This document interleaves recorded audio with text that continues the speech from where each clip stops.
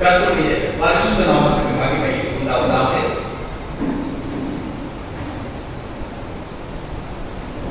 இந்த உலகத்தில் எந்த நாடு வளமாக இருக்கிறது, எந்த நாடு வசதியாக இருக்கிறது, எந்த நாட்டில் அதிகமாக நாம் சம்பாதிக்க முடியும், எந்த நாட்டில் நாம் சென்று சம்பாதித்தால் அதிகமாக நாம் சேர்த்து வைக்க முடியும் என்றெல்லாம் மக்கள் தேடுகிறார்கள். நம்முடைய தேசத்தில் தான் கஷ்டம் அல்லது மற்ற நாடுகளுக்கு சென்றுவிட்டால் நாம் எந்த கஷ்டமும் இல்லாமல் வாழலாம் என்று எந்த நாட்டில் நாம் குடியேறலாம் அல்லது வேலை செய்கிற இந்த நாட்டில் நமக்கு கூலி உரிமை கிடைக்குமா என்றெல்லாம் கேட்கிறார்கள். ஆனால் எந்த இடத்துக்கு சென்றாலும் எல்லா இடத்திலும் பலவிதமான கஷ்டங்கள் உண்டு என்பதை நாம் அறிந்திருக்கிறோம். இந்த உலகத்தில் வளமான நாடுகள் உண்டு, செழிப்பான நாடுகள் உண்டு என்று சொன்னால் கடந்த நாட்களில் இப்பொழுது கூட வைரஸ் வந்திருக்கிறது என்று சொன்னால் எந்த நாட்டை விட்டு வைப்பதில்லை. பல பணக்கார நாடுகள் கூட இந்திய நாடு ஏழ்மையான நாடாக இருந்தால் அவர்களுக்கு அந்த நோய் எதிர்ப்பு சக்தி அதிகமாக இருக்கிறது என்று அவர்கள் சொல்லுகிறார்கள். அநேக உயிர்கள் மேலை நாடுகளில் அதிகமாய் பறிபோய் கொண்டிருக்கிறது.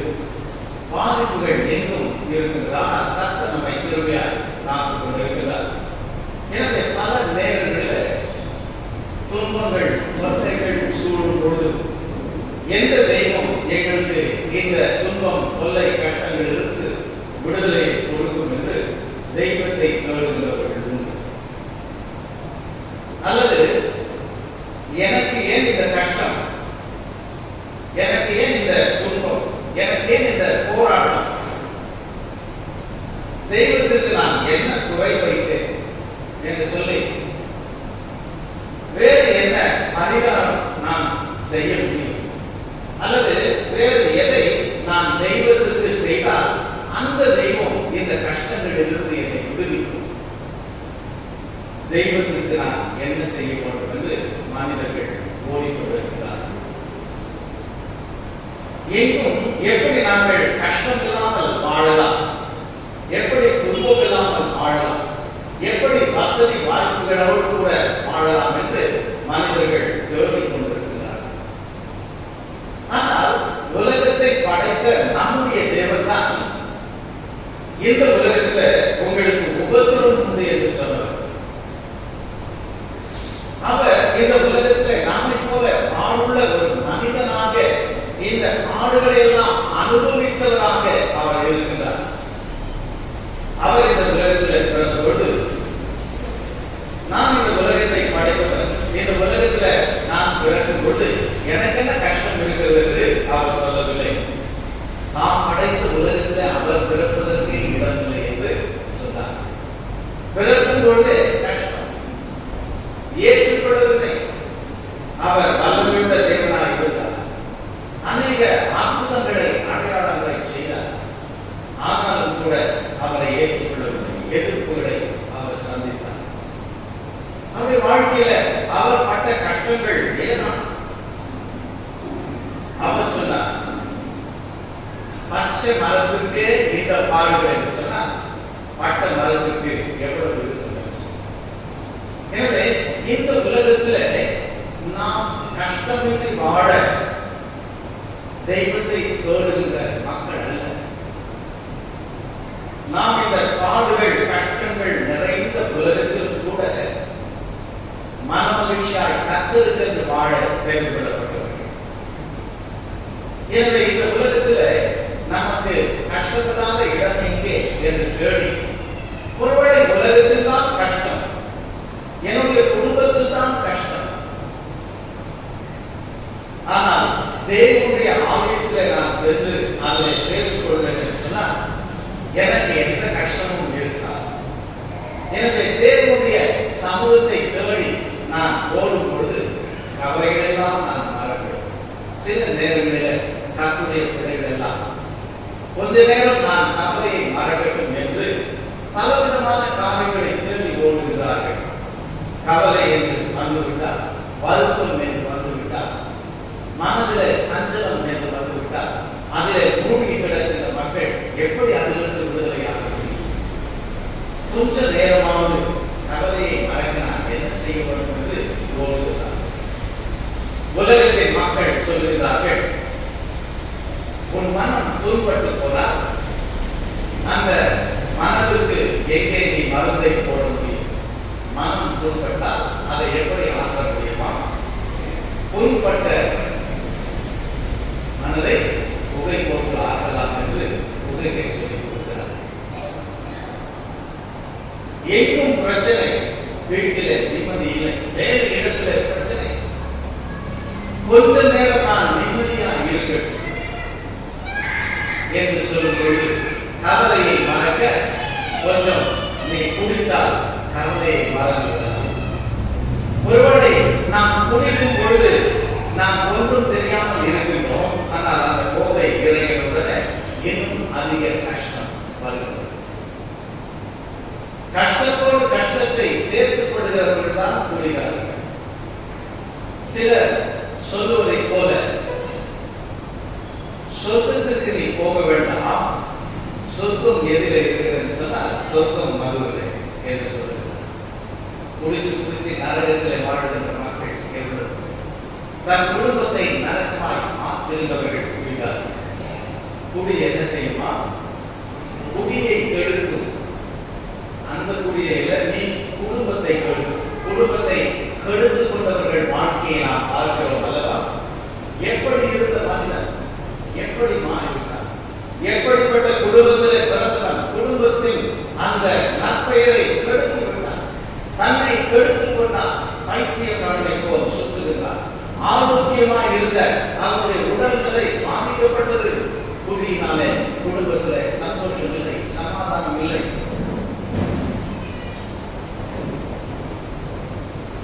சிலர் இந்த குடிகாரர்களை திருத்துவதற்காக, ஏன் நீங்க வெளியிலாம் போய் குடிக்கிறீங்க, வீட்டுக்கே வந்து குடிங்க என்று சொல்லும்போது வீட்டுக்கு வரும்போதே அவர் பார்க்க அந்த அவருக்கு சிக்கன் செஞ்சு கொடுத்து அல்லது முட்டெல்லாம் போட்டு கொடுக்குற மனைவிமார்கள் வெளியில குடிக்காம வீட்டையாவது குடிச்சு நீ அடங்கி கிடையாது சொல்லுகிறது. எனவே கவலை இல்லாமல் கஷ்டம் இல்லாமல் எப்படியாவது இந்த கவலைகளை எல்லாம் மறந்து வாழ வேண்டும் என்று மக்கள் மனிதர்கள் போடுவதை போல கர்த்தருடைய பிள்ளைகள், ஆண்டவருடைய பிள்ளைகள், ரட்சிக்கப்பட்ட பிள்ளைகள் என் கஷ்டங்கள் கவலைகள் மாற வேண்டும் என்று சொன்னார். சில பாடல்கள் எழுதியிருக்கிறார்கள். இந்த பாடலை கேட்டால் அது மனதுக்கு இதமாயிருக்கும். சில நேரங்களில் நம்ம செல்போன்ல அந்த காரியங்களை பார்க்கும்பொழுது இரவு நேரத்தில் தூங்குவதற்கு கிறிஸ்தவ பாடல்கள், அது மனதிற்கு இன்பமாய் தூங்குற நேரத்தில் கேட்கிற பாடல், தூங்குற நேரத்தில் கேட்கிற வசனம், இதெல்லாம் கேட்டுக்கிட்டே நீ தூங்கினா நிம்மதியாக இருக்கும் என்றெல்லாம் சொல்லியிருக்காங்க. இன்னும் சில பேருக்கு நான் கொஞ்ச நேரம் சந்தோஷமா இருக்க வேண்டும் என்று சொன்னால் அந்த ஆலயத்துக்கு போகலாம், அந்த கூட்டத்துக்கு போகலாம், அங்கே பாடி நாம் துதிக்கும் போது கவலையெல்லாம் மறந்து துதிக்கலாம் என்றெல்லாம் சொல்லுகிறார். ஆனால் இந்த இடத்துல நாம் வாசிக்கின்ற இந்த வேத பகுதியில் நாம் பார்க்கின்றோம். அந்த முதலாம் வசனத்தை வாசிங்கள். அப்போஸ்தலர் நடவடிக்கைகள் 8ஆம் அதிகாரத்திலே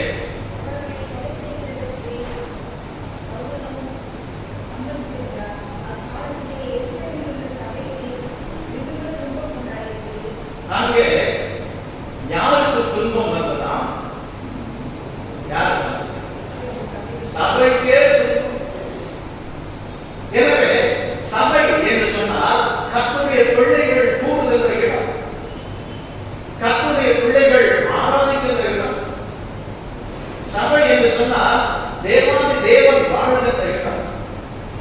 சபை என்று சொன்னால் கர்த்தருடைய பரிசுத்தவான்கள் கூடி வல்லமையா ஆண்டவரை துதிக்கின்ற, ஸ்தோத்திரிக்கின்ற, ஆராதிக்கின்ற இடம். அந்த இடத்திலே ஒரு சந்தோஷம் இல்லை, அந்த இடத்திலே ஒரு வல்லமை இல்லை என்று சொன்னால் என்ன ஆச்சரியம்? உலகத்தில் வேண்டும் என்றால் துன்பம் இருக்கலாம், உலகத்திலே கஷ்டம் இருக்கலாம், ஆனால்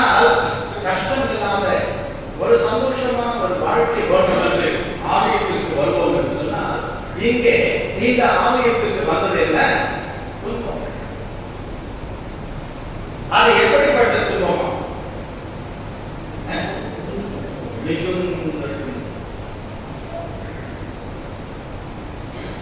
சபைக்கு துன்பம் வரும் சொன்னா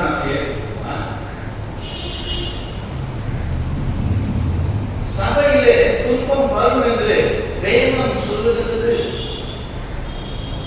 சொன்னா ஏற்றுமா? நாங்க துன்பத்தை மறக்க, கவலையை மறக்க தான் சர்ச்சைக்கு வரோம். அதுல துன்பம் வரும் சொன்னா இவரெல்லாம் போகிறார் அப்படின்னு சொல்லுகிறார். சபையிலே துன்பம் வரும். அதுவும் உலகத்துல கொஞ்சம் துன்பம் இருக்குதுதான், நிறைய துன்பம். அதுக்குன்னு சர்ச்சில துன்பம் இருக்காதுன்னு சொல்ல முடியாதுங்க. சர்ச்சிலையும் கொஞ்சம் துன்பம் வரலாம் அப்படின்னு சொல்ல. இந்த சர்ச்சைக்கு வந்த துன்பம் எப்படிப்பட்டதா? மிகுந்த. அது மட்டுமல்ல, இந்த சர்ச்சை சரியான ஒரு சர்ச்சை இல்லை. இந்த சர்ச்சில் இருக்கிற ஊழியக்காரரே சரியில்லை. அதனாலதான் அந்த சபைக்கு துன்பம் வந்ததுன்னு நாம சொல்லலாம். ஆனா இந்த சபை அப்போஸ்தலர்கள், தேவனுடைய சீஷர்கள் உருவாக்குகின்ற சபை. அப்பொழுதுதான் சபை உருவாகுகிறது. ஆனால் அப்பொழுதே அந்த சபைக்கு துன்பம், மிகுந்த துன்பம், உபத்திரவம், வேதனை வந்தது. கொஞ்சம் நஞ்சனால சபையே இல்லாமல் போய்விட வேண்டும் என்பதற்காக, ஊழியக்காரர்களை எல்லாம் அழித்துவிட வேண்டும் என்பதற்காக ஒரு பெரிய ஒரு உபத்திரம், ஒரு எதிர்ப்பு, வேதனை, துன்பம் ஆரம்பமானது. ஆண்டவர் சொன்னார், நீங்கள் பரிசுத்த ஆவியின் வல்லமையை பெறுவீர்கள். இந்த அப்போஸ்தலர் நடவடிக்கைகள் 1ஆம் அதிகாரத்தில் 8ஆம் வசனத்தில் பரிசுத்த ஆவியானவர் உங்களிடத்தில் வரும் பொழுது நீங்கள் பலன் அடைந்து எருசலேமிலும் யூதேயா முழுவதிலும் சமாரியாவிலும் உலகத்தின் முடிவு பரியந்தம் எனக்கு சாட்சிகளாக இருப்பீர்கள். பரிசுத்த ஆவியானவர் வருவார் என்று சொன்னால் அவர் உங்களை பலப்படுத்துவார். நீங்கள் பலவீனர்கள் அல்ல, பலவான்கள். எனவே என்னை குறித்து நீங்கள் சாட்சி சொல்லுவீர்கள். பரிசுத்த ஆவியானவர் உங்களுக்கு பலன் தருவார் என்று தேவன் சொல்லியிருக்கிறார். எனவே பலத்தோடு கூட தேவ ஆவியானவர் பலன் தந்தாலும் கர்த்தருடைய பிள்ளைகளாக சீஷர்கள், அப்போஸ்தலர்கள் சபைகளை உருவாக்கினாலும் அந்த சபைக்கு விரோதமாக அங்கே துன்பம் வந்தது, உபத்திரவம் வந்தது, வேதனை வந்தது. எனவே இந்த சபைக்கு போய்விட்டால் சந்தோஷமா இருந்து விடலாம் என்று நாம் கேட்போம் என்று சொன்னால் அது தவறு. எந்த சபைக்கு எங்கே சென்றாலும் அங்கும் கர்த்தருடைய பிள்ளைகள், கர்த்தருடைய ஊழியக்காரர்கள் இருந்தாலும் இந்த உலகத்தில் இயேசு கிறிஸ்து என்று சொன்னால எதிர்ப்புகள் உண்டு. உலகத்தில் எத்தனையோ தெய்வங்கள் இருக்கிறது என்று சொல்லுகிறோம். புதிதாக தெய்வம். எனவே எங்கும் தேவன் இருக்கிறார். எனவே எல்லாம் தெய்வமாகிவிடார். ஆனால் மனிதர்கள் சொல்லுகிறார்கள் எல்லா இடத்திலும் தேவன் இருக்கிறார். அவர் எங்கெல்லாம் இருப்பாரா? தூண்மையில் இருப்பாரா? தூண்மையில் இருப்பாரா? ஒரு சின்ன தூண் வந்தால் அந்த தூண் தெய்வம் அங்கு இருக்கும். அது தெய்வம் மிருகங்களுக்குள்ள இருக்கும், விலங்குகளுக்குள்ள இருக்கும். எல்லாம் தெய்வம் என்று சொல்லி எதை வேண்டும் என்றாலும் தெய்வம் என்று சொல்லிக் கொண்டு வாழ்கின்ற உலகம். உலகத்தை படைத்த தேவன் சொல்லுகிறார், நான் படைத்த எந்த விதத்திலும் எந்த ஒரு உருவத்தையும் நீ உண்டாக்க வேண்டாம். வானத்தில் பறக்கின்ற பறவைகள், தண்ணீரில் வாழ்கின்ற உயிரினங்கள், எதையுமே நீ தெய்வம் என்று உண்டாக்க வேண்டாம் என்று தேவன் சொன்னால், மனிதன் எல்லாம் தெய்வம் என்று, அதுவும் தெய்வம், இதுவும் தெய்வம் என்று எல்லாவற்றையும் தெய்வம் ஆக்கிவிட்டார். எனவே எதை வேண்டுமென்றாலும் தெய்வம் என்று வணங்கலாம். விலங்குகள், மிருகங்கள், உயிர் உள்ளவை, உயிர் இல்லாதவை.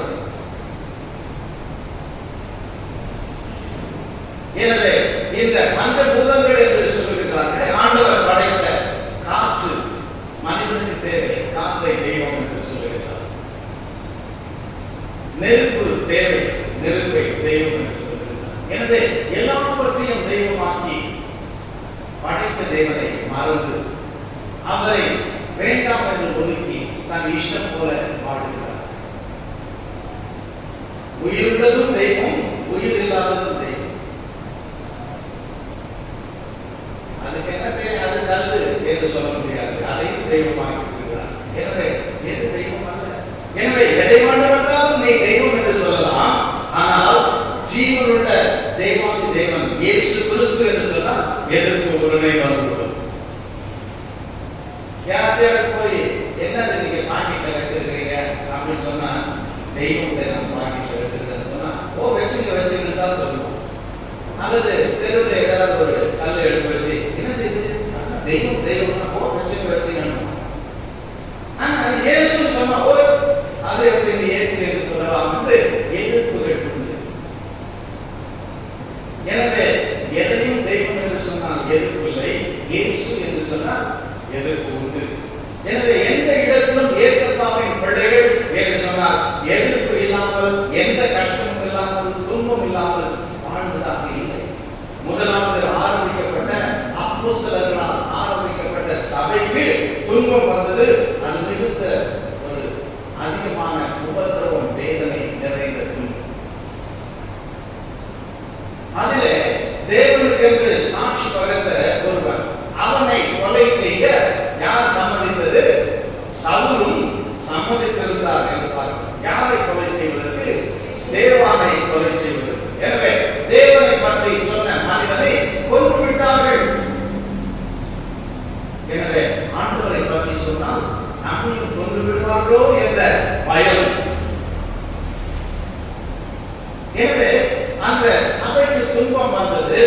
சபைக்கு மாத்திரம் அல்ல, இங்கே சவுல் என்று சொல்லுகிறவர் என்ன செஞ்சாரா, இந்த சபைக்கு வரவங்க எல்லாம் யாரு அப்படின்னு தேடி பார்த்து வீடு வீடா போய் என்ன பண்றாரு, அவங்களெல்லாம் பிடித்துக் கொண்டு வருகிறார். சபைக்கு ஒரு கஷ்டம் வந்துவிட்டால் அது சபையோடு போய்விடும் என்பது அல்ல. அந்த சபை என்று சொன்னால் ஒரு கட்டிடம் அல்ல. அந்த சபையில் இருக்கின்ற கர்த்தருடைய பிள்ளைகள், அவர்களுக்கு துன்பம், அவர்களுக்கு கஷ்டம். எனவே அங்கே விட்டுவிடவில்லை, தேடி தேடி அங்கே மக்களை பிடிக்கிறார்கள். ஆனால் உண்மையுள்ள ஜீவனுள்ள தேவனை பிடித்துக் கொண்ட கர்த்தருடைய பிள்ளைகள் எந்த எதிர்ப்புக்கும் அவர்கள் அஞ்சுவதில்லை, பயப்படுவதில்லை. என் உயிரே போனாலும் அந்த இயேசு கிறிஸ்து தான் என் தேவன் என்று அவர்கள் சாட்சியாய் நின்றார். ஸ்தேவானுடைய வாழ்க்கையை அதற்கு முன்னாக நீங்கள் படிப்பீர்கள் என்று சொன்னால், கல்லை எடுத்து அடித்து கொல்லுகிறார். அப்பொழுதும் கூட தன்னை தெரிந்து கொண்ட, தன்னை மீட்ட தன் ரட்சகரை நோக்கி ஜெபிப்பதை பார்க்கின்றோம். ஆண்டவரே, ஏன் எனக்கு இந்த நிலைமை என்று அவர் தனக்காக ஜெபிக்கவில்லை, அறியாமல் தன்னை அடித்து கொல்லுகின்ற அந்த மக்களுக்காக அவர் ஜெபித்தார். இவர்களுடைய இந்த தவறை, இந்த குற்றத்தை இவர்கள் மீது சுமத்திவிட வேண்டாம் ஆண்டவரே என்று சொல்லுகிறார். அந்த உபத்திரவத்தின் மத்தியிலே, வேதனையின் மத்தியிலே தன் உயிரை அறிவொடுக்கின்ற அந்த நேரத்தில் கூட ஒரு விசுவாசம் உள்ள ஒரு மகன் கர்த்தரை நோக்கி ஆண்டவர் அந்த வேதனை உபத்திரவத்திலிருந்து கல்லுகளினால அடித்து அவர் மறிக்கின்ற வேளையில ஆண்டவர் அவரை அந்த கஷ்டத்திலிருந்து மீட்கிறது. ஆண்டவர் என்ன செய்தார்? அவர் கல்லுகளினால அடிக்கும் பொழுது அவர் உயிரை விடுவதற்கு முன்பாக மேலே பார்க்கிறார். அவர் எதை கண்டாரா? தேவன் எழுந்து நின்று அவரை வரவேற்பதை பார்க்கிறார். எனவே உபத்திரவத்தின் மத்தியிலே, உயிர் போகிற வேளையில மகனை வந்துவிடு என்று சொல்லி ஆண்டவர் அழைக்கிறார். எனவே இந்த உலகத்திலே உபத்திரவத்தின் மத்தியிலே நாம் கடந்து செல்லும் பொழுது கர்த்தர் கண்களை மூடிக்கொண்டு நம்முடைய வேதனைகளை தேவன் அறிந்திருக்கிறார். எப்பொழுது அந்த வேதனைகளை குறித்து நாம் தேவனிடத்தில் செல்ல போகிறோம் என்பதை தேவன் ஒருவரே அறிந்தார். வேதம் சொல்லுகிறது, சோதனைகள் வரும், கஷ்டங்கள் வரும், கர்த்தர் அதை அனுமதிக்கிறார். ஆனால் அந்த சோதனையை தேவன் கைவிடுகிறவர் அல்ல. அந்த சோதனையிலிருந்து தப்பித்துக் கொள்ளுகின்ற வழியை உண்டாக்குகின்ற தேவன். அதிலிருந்து தப்பித்துக் கொள்ள அவர் போக்கை உண்டாக்குவார். ஆனால் சோதனைகள் வரும்போது நாம் சோர்ந்து போகின்றோம். ஐயோ, என்னால் தாங்க முடியவில்லையே என்று சொல்லுகிறோம். எங்கே என் ஆண்டவர், என் இயேசு என் ஜெபத்தை கேட்கவில்லையே என்று சொல்லுகிறோம். எனக்கு வந்த இந்த பாடு, இந்த கஷ்டம் வேறு யாருக்குமே வரக்கூடாது, தாங்க முடியாத ஒரு சோதனை. ஆனால் வேதம் சொல்லுகிறது, தேவன் ஒருவரையும் திராணிக்கு மிஞ்சி, அவனுடைய பலத்திற்கு மிஞ்சி சோதிக்க இடம் அளிக்கவே மாட்டார். எனவே நமக்கு பலன் தருகிறவர் அவர்தான். எனவே இங்கே இந்த சபைக்கு மிகுந்த உபத்திரவம், துன்பம், வேதனை வந்தது. மக்கள் சிதறடிக்கப்பட்டார்கள். அவர்களை வீடுகளில் சென்று அவர்களை பிடித்துக் கொண்டு வந்து சிறைச்சாலையில் போடுகிறார்கள், சிலரை கொன்று போடுகிறார்கள். ஆனாலும் கூட உண்மையாய் தேவனுடைய பலத்தை பெற்றவர்கள் பயந்து ஒடுங்கிவிடவில்லை. அவர்கள் பலன் கொண்டவர்களாக பரிசுத்த ஆவியின் பலன் கொண்டு ஆண்டவர் சொன்னதை போல எனக்கு நீங்கள் சாட்சிகளாய் இருப்பீர்கள் என்று சொன்னாரே, அதே போல அவர்கள் சிதறி ஓடினார்கள். ஆனால் எங்கும் சென்று அவர்கள் என்ன செய்தார்களாம்? அந்த வசனத்தை வாசிங்கள். 8ஆம் அதிகாரத்தில் சிதறி போனவர்கள் 4வது வசனம், சிதறி போனவர்கள் எங்கும் திரிந்து சுவிசேஷ வசனத்தை பிரசங்கித்தார்கள். அவர்கள் எங்கும் திரிந்து சிதறடிக்கப்பட்டவர்கள். வீடுகளிலே இருக்க முடியவில்லை, தேடி தேடி துன்பப்படுத்துகிறார். ஒரு கூட்டம் ஜனம் இந்த இடத்துல இருக்க முடியாது என்று சொல்லி வேறு எங்காவது நாங்கள் சென்று எங்கள் ஆண்டவரை ஆராதிக்க எங்கே எங்களுக்கு இடம் இருக்கிறதோ அங்கு செல்வோம் என்று ஒரு கூட்டம் தமஸ்குவுக்கு சென்றது. அதை அறிந்த சவுல் அங்கும் சென்று அவர்களை பிடிக்க வேண்டும் என்று ஓடினார் என்று பார்க்கின்றோம். எனவே சிதறடிக்கப்பட்டவர்கள் பயந்து சிதறி போய் எங்கும் ஒழிந்து கொள்ளவில்லை. எங்கெல்லாம் அவர்கள் சென்றார்களோ அங்கெல்லாம் வசனத்தை அவர்கள் சொன்னார்கள் என்று பார்க்கின்றோம். எனவே தேவன் சொன்னதை போல அவர்கள் எருசலேமிலே மாத்திரம் இருந்து விடவில்லை. ஒரு வேத வல்லுநர் எழுதும்போது சொல்லுகிறார், ஆண்டவர் சொன்னார், நீங்கள் எருசலேமில் மாத்திரமல்ல யூதேயாவும் சமாரியாவும் உலகத்தில் எங்கும் நீங்கள் கடந்து செல்ல வேண்டும் என்று சொல்லி, ஆனால் சுவிசேஷத்தை அறிந்தவர்கள், பரிசுத்த ஆவியினால் நிரப்பப்பட்டவர்கள், பலன் அடைந்தவர்கள் எருசலேமிலேயே தங்கிவிட்டார்கள். எனவே எப்படி இவர்கள் மற்ற இடங்களுக்கு சென்று சுவிசேஷத்தை அறிவிப்பார்கள் என்று தேவன் பார்த்தார். அதற்கு ஒரே காரணம் எதுவாக இருக்கும் என்றால், உபத்திரவம் வேதனை என்று வந்தால்தான் சிதறி ஓடுவார்கள் என்று அந்த உபத்திரவத்தையும் அனுபவித்தவர் அங்கே தேவன் தான். அவர்தான் அதற்கு கூட இடம் கொடுத்தார் என்று எழுதுகிறார். அதை போல உபத்திரவம் வந்தது. ஆனால் கர்த்தருடைய பிள்ளைகள் உபத்திரவம் வந்த பொழுது அவர்கள் சிதறடிக்கப்பட்டார்கள். ஆனால் அவர்கள் தேவனை விட்டு ஓடிவிடவில்லை. ஓடினார்கள், தேவனை தங்களோடு கூட எடுத்துக்கொண்டு சென்றார். தேவனுடைய வசனத்தை எடுத்துக்கொண்டு சென்றார். தேவனை மறுதலிக்கவில்லை. அவர்கள் எங்கும் சென்று சுவிசேஷத்தை, வசனத்தை அறிவித்தார்கள். அதனால்தான் ஆங்காங்கே சபைகள் உண்டானது என்று பார்க்கிறோம். எனவே சபைக்கு ஒரு கஷ்டம், ஒரு துன்பம் வரும் என்று சொன்னால் அந்த சபை வளர்ந்து பெறும். ஆங்காங்கே சபைகள் எழுப்பும் என்பதை பார்க்கிறோம். எத்தனை பேர் ரத்த சாட்சிகளாய் மாறித்திருக்கிறார்கள். சுவிசேஷத்தை நம்முடைய தேசத்திற்கு கொண்டு வந்தவர்கள் எல்லாம் அவர்கள் உயிரோடு கூட தங்களுடைய நாட்டுக்கு திரும்பினவர்கள் ஒரு சிலர். அநேக மக்கள் தங்கள் தேசத்தை விட்டு, தங்கள் சொந்தங்களை விட்டு, குடும்பத்தை விட்டு, வசதி வாய்ப்புகள் எல்லாம் விட்டுவிட்டு இந்திய தேசத்தில் வந்து ஊழியம் செய்தார். இந்த மண்ணிலேயே தங்கள் ரத்தத்தை சிந்தி மாறிவிட்டார். எனவே அந்த கர்த்தருடைய பிள்ளைகளுடைய ரத்தம் தான் இன்றைக்கு சபைகளாக உருவாகி நாம் ரட்சிக்கப்பட்டு கர்த்தருடைய பிள்ளைகளாக இருக்கிறோம். எனவே ஆடுகளை ஏற்றுக்கொள்ள பயந்திருப்பார்கள் என்று சொன்னார். யார் இந்தியாவுக்கு வந்திருப்பார்கள்? இந்தியாவில் வசதி இல்லை, இந்தியாவில் எதிர்ப்புகள் அதிகம். ஆனால் ஏன் அவர்கள் இந்தியாவுக்கு வர வேண்டும்? ஆடுகளை ஏற்றுக்கொண்டு கர்த்தருடைய சுவிசேஷத்தை அறிவிப்பதற்காக வந்தவர்.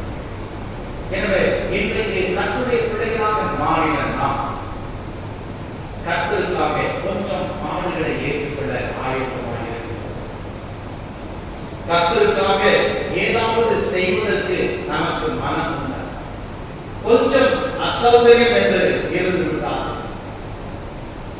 இந்த ஆலயத்தில் நாம் சுகமாய் இருக்கலாம் என்று தேடி ஓடுகிறவர்களே, வெயில் காலம் வந்துட்டா உட்கார முடியாது, என்ன மாதிரி வேர்த்து ஊற்றுது அப்படின்னு சொல்லி ஏசி இருக்கிற சர்ச்சுக்காக போறான், பிரச்சனை இல்லை என்று அதற்காக ஓடுகிறவர்கள். ஆண்டவர் ஆசீர்வதித்து விட்டார் என்பதற்காக நமக்கு ஒரு கார் கிடைத்து விட்டார், காரை கொண்டாந்து பார்க் பண்ணுறது கூட இந்த இடம் என்று சொல்லி பார்க்கிங் உள்ள இடமா சர்ச்சுக்கு போகாமல் போகிறவர்கள். இன்னும் சொல்ல போனார், கொஞ்சம் கார் வந்துருச்சு, கொஞ்சம் வசதி ஆயிட்டோம்னா இங்க இருக்கிற மக்கள்னா யாரு கார் வச்சு நம்ம ஸ்டேட்டஸ் உயர்ந்துருச்சு, இங்க இருக்கிறவங்க ஏழை பாடைகள் என்று சொல்லி பணக்காரர்கள் இருக்கிற சபையோடு நாமும் சேர்ந்து கொள்ளலாம் என்று போகின்றோம்.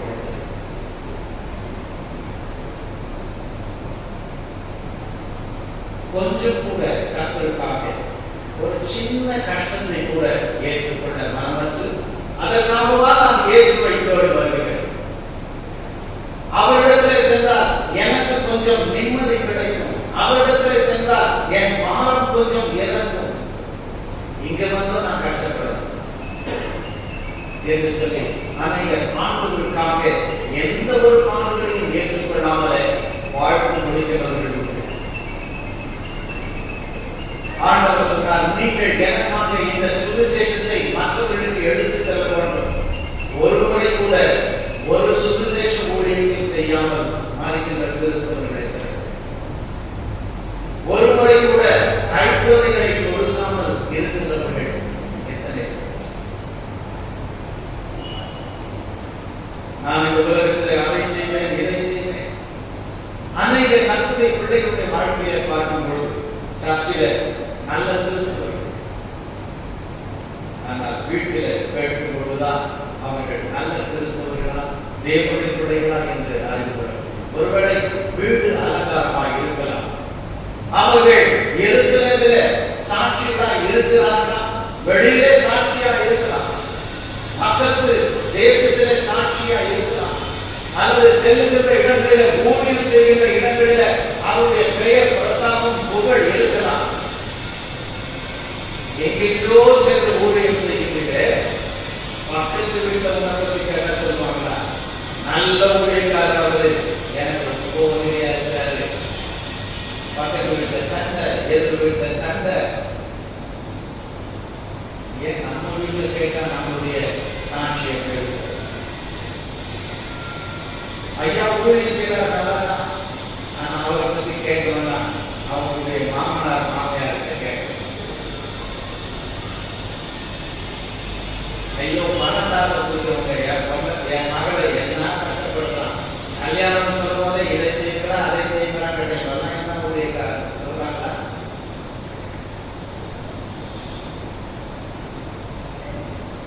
எங்களை அன்றது விடுறதே இல்லை. அந்த பெண்ணுக்கு எவ்வளவு கஷ்டம், தன்னை வளர்த்த ஆளாக்கின அம்மா அப்பா என் வீட்டுக்கு வர முடியலையே. சில பேர் வீட்டுல உனக்கு வேண்டாம் எனக்கு வேண்டாம், எங்க வீட்டுல இருந்து வர மாட்டாங்க, உங்க வீட்டுல இருந்து வர மாட்டாங்க.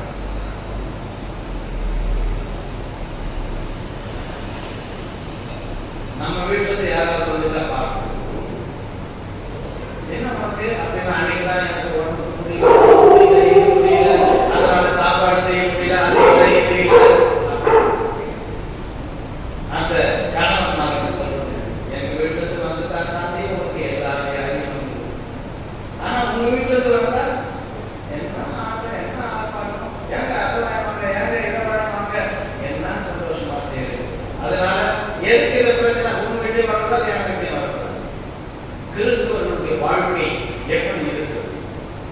பெற்றோரை கனப்படுத்துகிற வாழ்க்கையாக நம்முடைய வாழ்க்கை இருக்கிறது. நமக்கு இருக்கிற கஷ்டத்துல கொஞ்சம் அவங்களுக்காக கொஞ்சம் கஷ்டத்தை ஏற்றுக்கொள்ள நமக்கு மன விருப்பம் இருக்கிறது. ஆண்டவருக்காக ஊழியம் செய்ய கொஞ்சம் கஷ்டத்தை பாடுகளை ஏற்க மனம் இருக்கிறது. தேவைகள் ஏராளம் இருந்தாலும் நாம் எதற்காக ஊழியம் செய்ய வேண்டும், நாம் எதற்காக ஊழியத்திற்கு கொடுக்க வேண்டும், நாம் எதற்காக இதை செய்ய வேண்டும் அதை செய்ய வேண்டும் என்று சொல்லி வசதி இருந்தால் செய்ய எனக்கு ஒரு கஷ்டம்னா முடியாது. எத்தனையோ காரியங்களை நாம் சொல்லலாம். ஆனால் இங்கே பார்க்கின்றோம், அந்த சபைக்கு மிகுந்த ஒரு உபத்திரவம் வந்தது.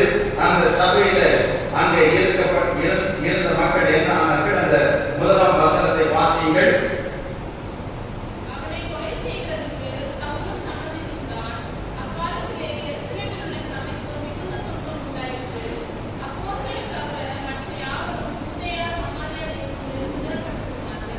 இங்கே அப்போஸ்தலர் தவிர மற்றவர்கள் எல்லாம் என்ன ஆனார்கள்? சிதறப்பட்டு போனார்கள். அங்கே அப்போஸ்தலர்கள் மாத்திரம் அங்கே எருசலேமில் இருக்கிறார்கள். அங்கே கூடி வந்த ஜனங்கள் சிதறப்பட்டு போய்விட்டார்கள், சிதறடிக்கப்பட்டு விட்டார்கள் என்று நாம் பார்க்கின்றோம். எனவே அப்படி அங்கே சிதறடிக்கப்பட்ட மக்களின் மத்தியிலே அங்கே தேவ பக்தியுள்ள மனுஷர்கள் ஸ்தேவானை என்ன செய்தார்களோ எடுத்து அடக்கம் பண்ணி அவனுக்காக மிகவும் துக்கம் கொண்டாடினார்கள் என்றார்கள். எனவே சபையில ஊழியக்காரர் ஒருவர் மறைந்து விட்டார். சபையிலே மக்கள் சிதறடிக்கப்பட்டார்கள். அந்த ஊழியக்காரனுக்காக அவர்கள் துக்கம் கொண்டாடினார்கள். அதுவும் போதாது என்று சொல்லி சவுல் வீடுக்கு தோறும் அவன் நுழைந்து புருஷரையும் ஸ்திரீகளையும் இழுத்துக் கொண்டு போய் காவலில் போடுவிட்டு சபையை என்ன செய்து கொண்டிருந்தாரா? பாழாக்கி கொண்டிருந்தார். சபை பாழாக்கப்பட்டது. எனவே ஆரம்பிக்கப்பட்ட சபை எவ்வளவு வேதனைகளின் மத்தியிலே, கஷ்டத்தின் மத்தியிலே கடந்து வந்திருப்பது என்பதை நாம் பார்க்கிறோம். எனவே இந்த கஷ்டங்கள், இந்த துன்பங்கள், இந்த தொல்லைகளை எல்லாம் தாங்கிக் கொண்டு கர்த்தருடைய பிள்ளைகள் என்ன செய்தார்கள்? 4ஆம் வசனத்தில் சிதறி போனவர்கள் எங்கும் திரிந்து சுவிசேஷத்தை பிரசங்கித்தார்கள். அது மாத்திரமல்லாமல் அப்பொழுது பிலிப்பு என்பவன் எங்கு சென்றாராம்? சமாரியாவுக்கு சென்றார். எனவே பிலிப்பு என்கின்ற அவர் சமாரியாவுக்கு சென்று அந்த இடத்துல அவர் ஊழியம் செய்தார். அப்படி செய்தபடினால அந்த 8வது வசனத்தில் நாம் என்ன பார்க்கிறோம்? அந்த பட்டணத்தில் மிகுந்த சந்தோஷம் உண்டாயிற்று. எனவே இந்த சமாரியாவுக்கு மிகுந்த சந்தோஷம் உண்டானது என்று பார்க்கிறோம். ஆனால் எப்படி அந்த சமாரியாவுக்கு மிகுந்த சந்தோஷம் வந்தது? கர்த்தருடைய பிள்ளைகள் பாடுகளை ஏற்றுக்கொண்டார்கள். கர்த்தருடைய பிள்ளைகள் சிதறடிக்கப்பட்டார்கள். கர்த்தருடைய பிள்ளைகள் விசுவாசத்தோடு கர்த்தரை பற்றிக் கொண்டார்கள். கஷ்டப்பட்டாலும் துன்பப்பட்டாலும் என் இயேசு நல்லவர், அவர் ஒருவர்தான் ரட்சகர், அவர் ஒருவர்தான் பாவங்களை மன்னிக்கிறவர். நாங்கள் வசதியாக எருசலேமிலே வாழ்ந்து கொண்டிருந்தோம், எங்களுக்கு கஷ்டம் இல்லை. ஆனால் இயேசுவை ஏற்றுக்கொண்ட பொழுது கஷ்டம் வந்தது, துன்பம் வந்தது. எங்கள் வீட்டு வாசலை இழந்து விட்டோம். சிதறு தேங்காயை போல சிதறடிக்கப்பட்டோம். நாங்கள் தேசத்தை விட்டு சமாரியாவில் வந்து அவர்கள் தெரிந்து கொண்டிருக்கப்பட்டு பிலிப்பு என்று சொல்லுகிற ஒரு மனிதன் அங்கு ஊழியத்தை செய்கிறார். அந்த இடத்துல மிகுந்த சந்தோஷம் கொண்டார். ஏனென்றால் உலகத்திலே நாங்கள் நிம்மதியாய் வாழ்வதற்காக, இந்த உலகத்தில சந்தோஷமாய் வாழ்வதற்காக ஒரு தெய்வத்தை நாங்கள் கண்டுகொள்ளவில்லை. உலகத்திலே நாங்கள் கஷ்டப்பட்டால், உலகத்திலே உபத்திரவப்பட்டால், உலகத்திலே துன்பப்பட்டால் பரலோக ராஜ்யம் எங்களுக்கு கொடுக்கக்கூடிய ஆண்டவராகிய இயேசு கிறிஸ்துவை நாங்கள் அறிவோம். இந்த உலகத்திலே கஷ்டங்கள் வரலாம், யாருக்கு கஷ்டம் இல்லை, யாருக்கு துன்பம் இல்லை. இதெல்லாம் பரலோக ராஜ்யத்தை எண்ணி பார்க்கும்போது, நரகத்தை நோக்கி பார்க்கும்போது இந்த கஷ்டங்கள் எல்லாம் போகும். இந்த உலக வாழ்க்கை ஒரு நாள் முடிந்து போகும். ஆனால் இயேசுவை சந்தோஷமாய் வாழலாம். இந்த இயேசு வேண்டாம் என்று சொல்லிவிட்டு எந்தெந்த தெய்வத்தையும் நீ பிடித்துக் கொண்டு நீ வசதியாய் வாழலாம், நீ பணக்காரனாய் வாழலாம், நீ பெரிய பிசினஸ்மேனா இருக்கலாம்.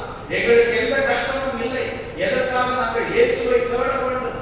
இந்த தெய்வம் போதும் என்று சொல்லலாம். ஆனால் ஆண்டவராகிய இயேசு கிறிஸ்து சொல்லுகிறார், மனிதனே, நீ உலகம் முழுவதையும் ஆதாயப்படுத்திக் கொண்டாலும் உன் ஆத்துமாவை நஷ்டப்படுத்துகிறதால் லாபம் என்ன? எந்த தெய்வம் உன் ஆத்துமா உன்னுடைய பாவத்திற்காக எந்த தெய்வம் பரிகாரத்தை செய்ய முடியும்?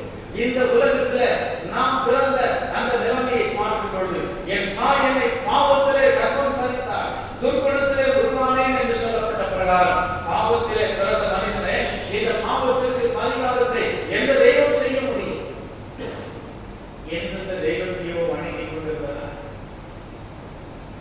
இது இயேசுவிடத்திலே வந்த பொழுதுதான் என் பாவங்கள் மன்னிக்கின்ற இந்த ஆண்டவர், என் பாவத்திற்காக தன்னையே சிலுவையிலே பலியாக தந்த இந்த ஆண்டவர், எனக்காக சிலுவையிலே ரத்தம் சிந்தின இந்த ஆண்டவர் தான் என்னுடைய பாவங்களை மன்னித்து பரலோக ராஜ்யம் கொண்டு செல்ல முடியும்.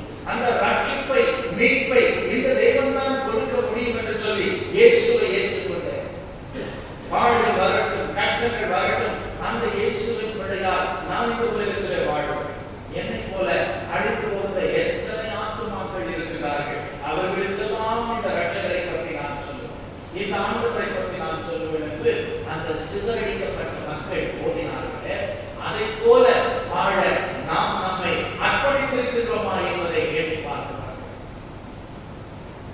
எனவே இன்றைக்கு நம்முடைய வாழ்க்கையில் ஆண்டவரை நாம் தேடுகின்ற சந்தோஷத்தையும் நாம் தேடுகின்ற இந்த உலக வசதிகளையும் நாம் பெற்றுக் கொண்டால் என் வாழ்க்கை உமக்கு பிரியமாய் இருக்காது. எனவே பாடுகள் கஷ்டங்கள் வந்தால் உமக்காய் வாழ தேவ ஆவியினால் என்னை பலப்படுத்த மாட்டோம். உமக்கு சாட்சி சொல்லுகின்ற பிள்ளை, உம்முடைய பிள்ளையாய் நான் மாற வேண்டும். என் வாழ்க்கையில ஆவியின் கனி வெளிப்பட வேண்டும். உண்மையுள்ள சாட்சியுள்ள கிறிஸ்தவ பிள்ளையாய் நான் மாற வேண்டும். ஒருவேளை சந்ததி சந்ததியாய் கிறிஸ்தவர்கள் என்று சொல்லலாம், வாரந்தோறும் தவறாமல் சபைக்கு செல்லுகிறவர்கள் என்று சொல்லலாம். ஆனால் நம்மிடத்தில் இருக்கிற ஆண்டவருக்காக நாம் எந்த கஷ்டத்தை ஏற்று ஊழியத்தை செய்கிறோம்? நாம் சபையில எந்த பாடுகளை ஏற்று ஆண்டவருக்காக நாம் நிலைத்திருக்கிறோம்? ஒரு சின்ன பிரச்சனை என்று வந்துவிட்டார், வேண்டாம் என்ற சபை என்று போடுகிறோம். ஒருவேளை நாம் தவறு செய்யும் பொழுது போதகர் கண்டித்து விட்டார், வேண்டாம் என்ற சபை என்று போடுகிற கூட்டம். ஆண்டவர் சொல்லுகிறார், படித்து கொண்டு புத்தி சொல்லு. வேதம் சொல்லுகிறது, துரோகி இடுகின்ற மொத்தத்தை காட்டிலும் நண்பன் அடிக்கின்ற அடி நல்லது. எனவே நாம் அறிந்தும் அறியாமலும் ஆண்டவருக்கு விரோதமாக பாவமான காரியங்களை செய்யும் பொழுது ஒருவேளை சகோதரர்கள் நம்மை திருப்புவதற்காக சொல்லலாம்.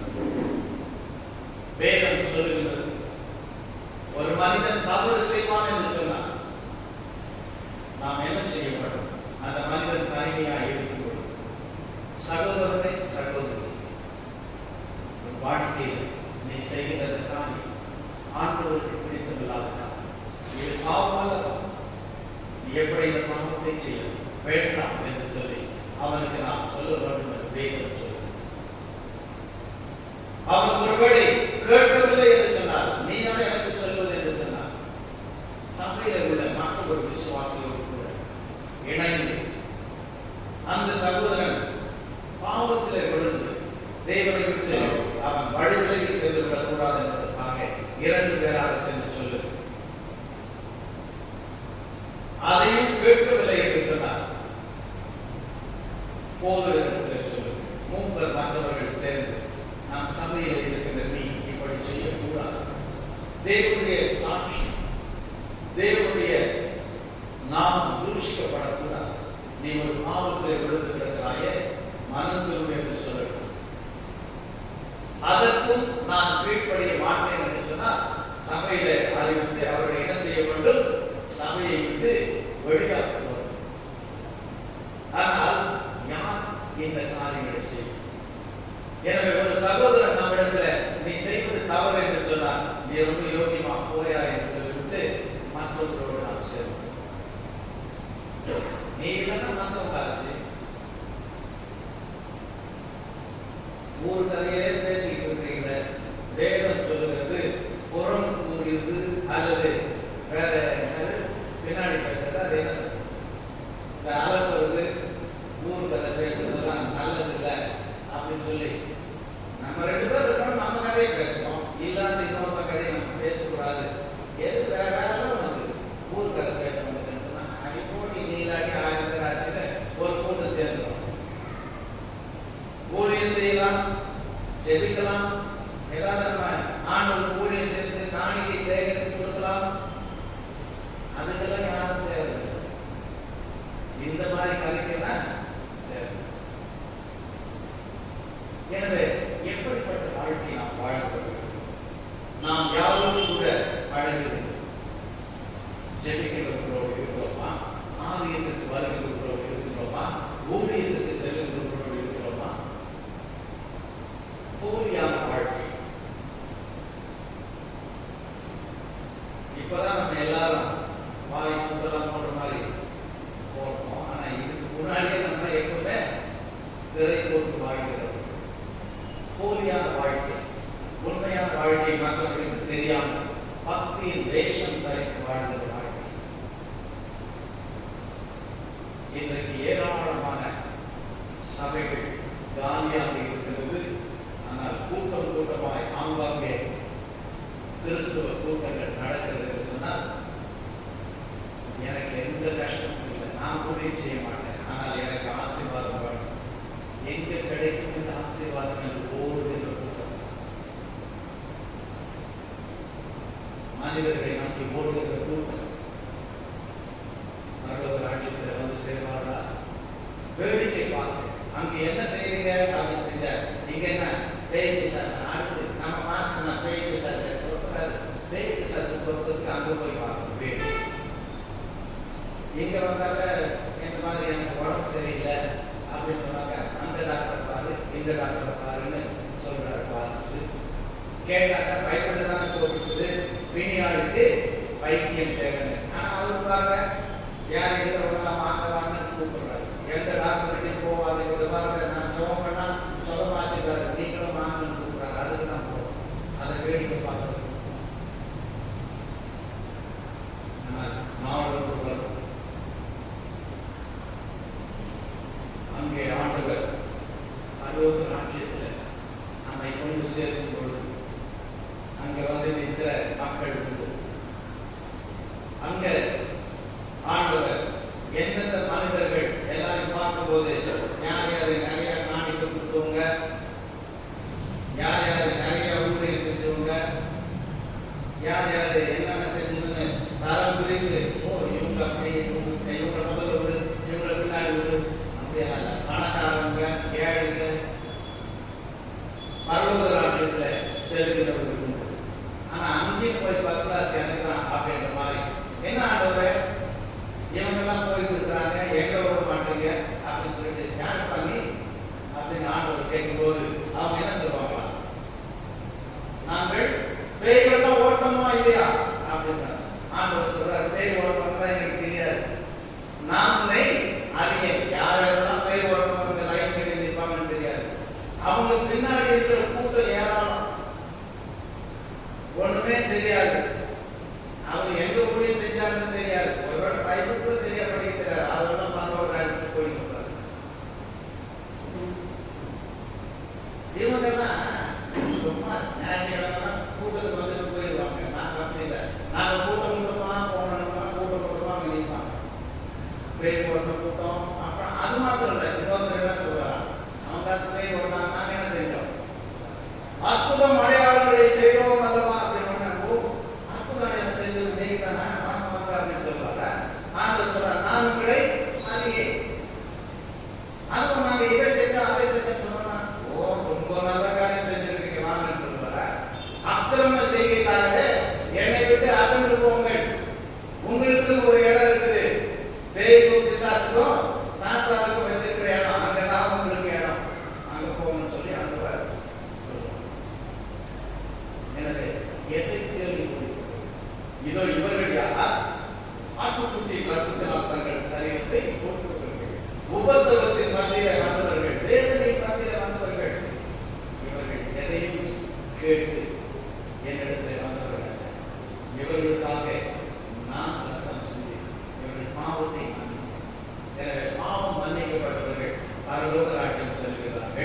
அதற்காக மற்றவர்களுக்காக எதை எதையோ சொல்லி ஊழியம் செய்தவர்களெல்லாம் அங்கே அரியன் என்று அனுப்பப்படுகிறார். எனவே எந்த கூட்டத்தில் நாம் நிற்க போகிறோம்?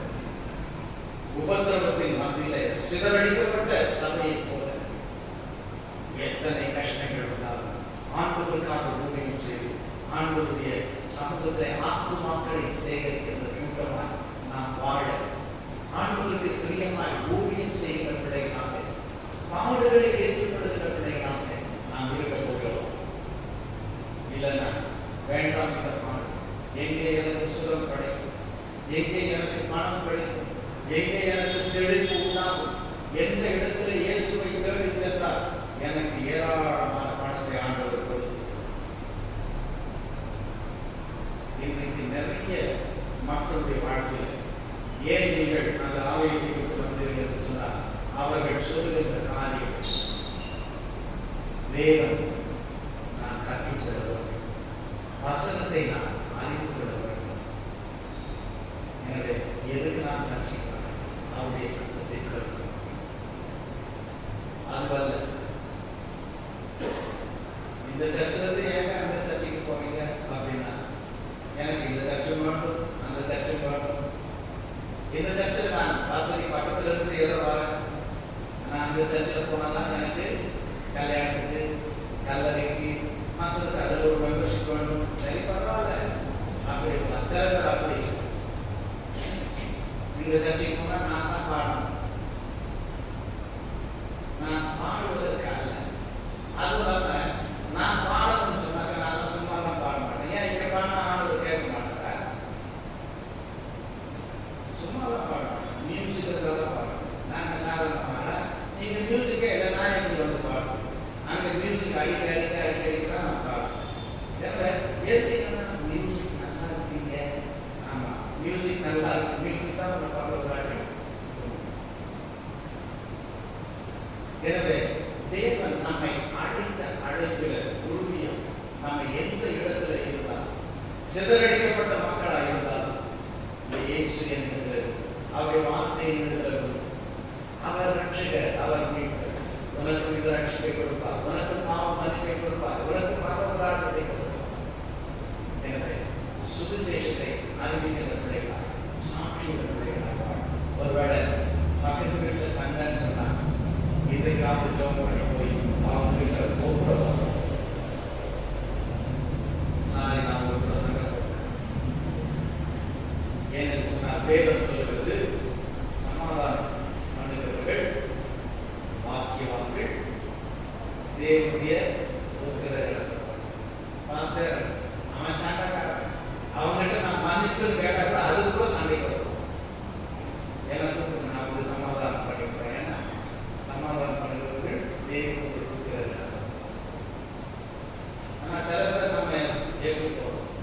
சமாதானத்துக்கு போகலான்னு சில நேரத்தில் நம்ம நினைப்போம். ஆனால் கூட இருக்கிறவங்க என்ன சொல்லுவாங்க? நீ அவங்களுக்கு இடைச்சல, நீ போய் அவங்களுக்கு நம்பி தானே அப்படி செஞ்சுட்டானே, சரி பரவாயில்ல போட்டோம். உங்களுக்கு சூடு செம்மையாக இருக்க, நீங்க தான் அண்ணன், அவங்களுக்கு வந்து கேட்க சமாதானத்துக்கு போராடுறது இல்லைன்னா கொஞ்சம் சமாதானம் அப்படி எடுத்தால நம்ம மறந்துருப்போம். எப்போ நடக்குது அதெல்லாம் வந்து ரீவைண்ட் பண்ணிக்கிறாங்க. எப்படி செஞ்சுதான் பரவாயில்ல, அதை செய்யல, இதை செய்யல, அதை செய்யல சொல்லிட்டு நம்ம இடம் நம்பு அப்படின்னு சண்டையோட இருந்ததான சமாதானத்தையே கைவிடுற மாதிரி பேச. இப்போ கூட நிறைய பேர் யோசிச்சு, நான் ஏற்கனவே சொன்னாங்க, நம்ம பாஸ்டர் தெரியல, எப்போ இப்படிதான் கஷ்டம், கவலை, துன்பம் இதெல்லாம் இல்லாமல் இருக்காது. அங்கே போனவா அப்படின்னு கூப்பிடுறாங்க. சில பேர் அப்படி இப்படி போய் வந்தவங்களும் நிறைய பேர் இருக்கிறாங்க. ஆனாலும் ஆண்டவர் சொல்லுகிறார், உபத்திரவம், வேதனை, துன்பத்தின் மத்தியில் நான் இயேசுவின் பிள்ளை என்று சொல்லுகிறேன். ஒரு சிலராக இருந்தாலும் சிதறடிக்கப்பட்ட அந்த கூட்டம் சுவிசேஷத்தை அறிவிக்கிறார அங்கு மிகுந்த ஒரு சந்தோஷம் இருந்தார். எப்படிப்பட்ட சந்தோஷம்? மிகுந்த ஒரு சந்தோஷம், மிகுந்த உபத்திரவம், மிகுந்த துன்பம் ஒரு சபைக்கு வந்தது. அந்த மக்கள் சிதறடிக்கப்பட்டார்கள், சுவிசேஷத்தை எடுத்து சென்றார்கள்.